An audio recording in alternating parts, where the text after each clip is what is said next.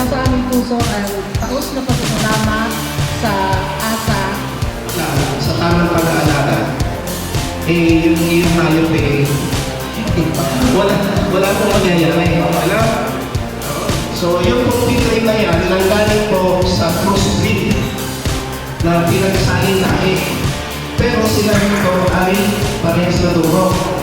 Ganun po yan. Lumalabas po yung ampang at pinag-ano po yung siya. So, yan lang po yung pagkaraniwan namin na alagaan dito sa ating locality. Ang pinakamalapit po dyan sa lahat ay itong dark swine. Magbibay po sa sakit ng dark swine. Ganun din yung yan ang mga nagbibay sa sakit. Huwag lang yung mga pure na nandito. Kasi karamihan, gano'n na yung nalalaan ninyo ay puro crossbreed. Kung pala, pinagsaling natin.